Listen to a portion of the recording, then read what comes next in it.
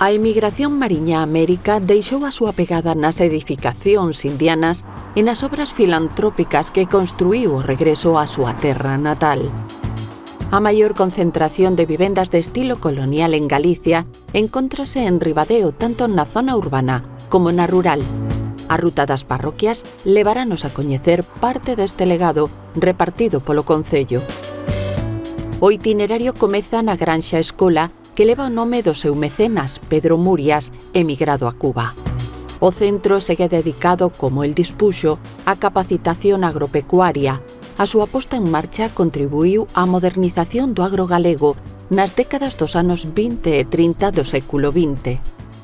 O edificio principal ten 2 plantas con faiado e 2 salas.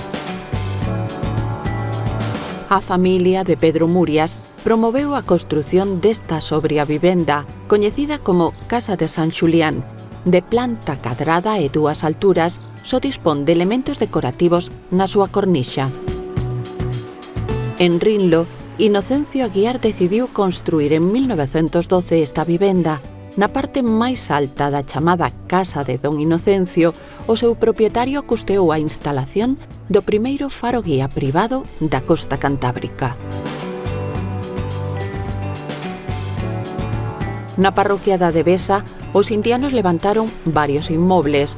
Un deles foi o Círculo Habaneiro, promovido en 1921 pola Sociedade de Instrución e Recreo con fins socioculturais e educativos.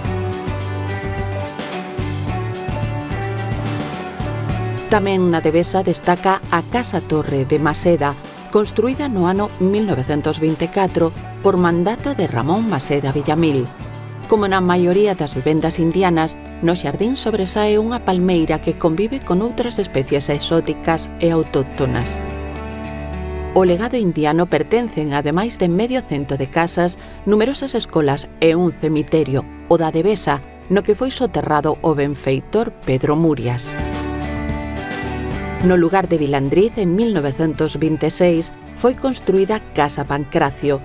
Na súa fachada principal destacan o balcón presidencial sobre columnas rematadas en capiteis e o frontón triangular de proporcións neoclásicas coa inscrición do ano e do nome da vivenda.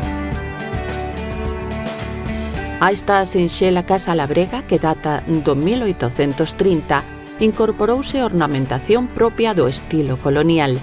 Coñecida como Casa Bolaño, atopámola no núcleo da Rochela.